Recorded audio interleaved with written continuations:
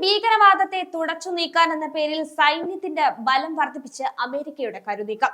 രാജ്യത്ത് തമ്പടിച്ചിരിക്കുന്ന IS-നെ തുരത്താൻ എന്ന വ്യാജേന കൂടുതൽ സൈനികരെയാണ് രാജ്യത്ത് വിന്യസിപ്പിച്ചിരിക്കുന്നത്.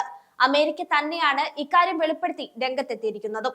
ഏകദേശം 2000 അമേരിക്കൻ സൈനികരെയാണ് സിറിയയിൽ വിന്യസിപ്പിച്ചിരിക്കുന്നത്. പെന്റഗൺ വക്താവ് കഴിഞ്ഞ ദിവസമാണ് ഇക്കാര്യം വെളിപ്പെടുത്തിയിരുന്നത്. വർഷങ്ങളായി രാജ്യത്ത് 900 സൈനികരെയാണ് വിന്യസിപ്പിച്ചതെന്നും എന്നാൽ ഇപ്പോൾ ബഷീർ അസാദിന്റെ ഭരണത്തിൽ അട്ടിമറിച്ചതിനു ശേഷം സൈനികരുടെ എണ്ണം 2000 ആക്കി ഉയർത്തിയെന്നും Pentagon press secretary major general Pat Ryder അറിയിച്ചു. എന്നാൽ സൈനികരുടെ എണ്ണം വർദ്ധിപ്പിച്ചതിന് പിന്നിൽ സിറിയയിലെ സമീപകാല സംഭവങ്ങളുമായി ബന്ധമില്ലെന്നും ഈ നീക്കം IS-നെ തുരത്താൻ മാത്രമാണെന്നും പെന്റഗൺ വക്താവ് പറയുന്നു. സിറിയയിൽ IS പ്രവർത്തനം നടക്കുന്ന സ്ഥലങ്ങൾ കണ്ടെത്തുന്നത് വളരെ സങ്കീർണമാണ്. ചിതറിക്കിടക്കുന്ന പ്രദേശങ്ങളിലാണ് സംഘം പ്രവർത്തിക്കുന്നതും.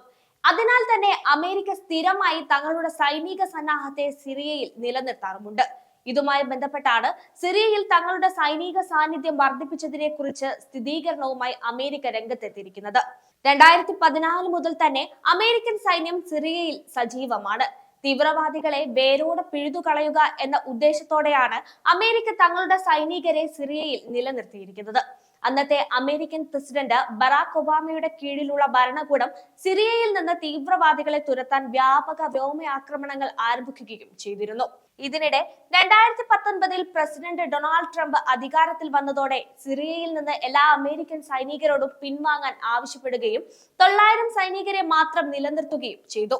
ഈ സൈനികരെ അമേരിക്ക സിറിയയിലെ പല ഭാഗങ്ങളിലായി നിലനിർത്തി വരികയായിരുന്നു.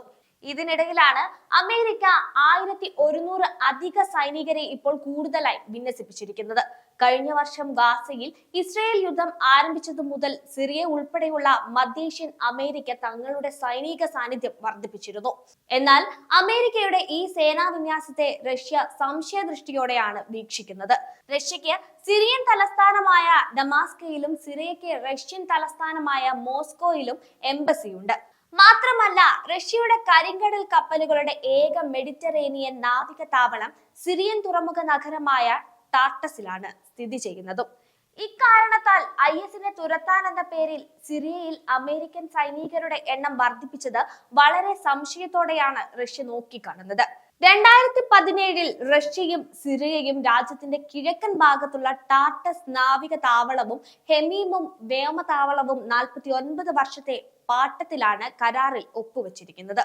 സിറിയയിലെ തങ്ങളുടെ സാന്നിധ്യം നിലനിർത്തുന്നതിനുള്ള വഴികളെ കുറിച്ച് ഡമാസ്കസിലെ പുതിയ നേതൃത്വവുമായി റഷ്യ ചർച്ചകൾ നടത്തുന്നുണ്ടെന്നാണ് ഏതാനും ദിവസങ്ങൾക്ക് മുൻപ് വന്ന വിവരങ്ങൾ.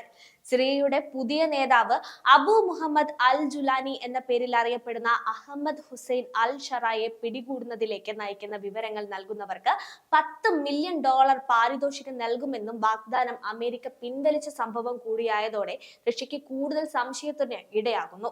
കാരണം അൽ ഖ്വയ്ദയുടെ പോഷക സംഘടനയായ HTS എന്ന വിമത സംഘടനയുടെ തണലിലാണ് ഇപ്പോൾ പുതിയ സർക്കാർ രൂപീകരിക്കാൻ ഒരുങ്ങുന്നത്.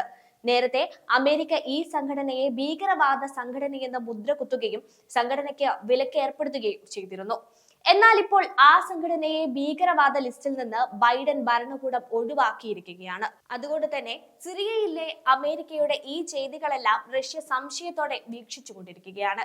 ഇതിനിടെ യുക്രൈനെതിരെയുള്ള സംഘർഷത്തിൽ റഷ്യയുടെ തന്ത്രപരമായ മേൽക്കോയ്മ അമേരിക്കയ്ക്കും പാശ്ചാത്യ രാജ്യങ്ങൾക്കും വൻ തിരിച്ചടി തന്നെയാണ്. യൂറോപ്യൻ യൂണിയന്റെയും നാറ്റോ സഖ്യ രാജ്യങ്ങളുടെയും സഹായത്തോടെയുള്ള യുക്രൈന്റെ ചെറുത്തുനിൽപ്പ് അതിശക്തമാണെങ്കിലും റഷ്യയുടെ മുന്നിൽ അത് ഒന്നുമല്ല. ഇത് അമേരിക്കയ്ക്ക് തിരിച്ചടി തന്നെയാണ്.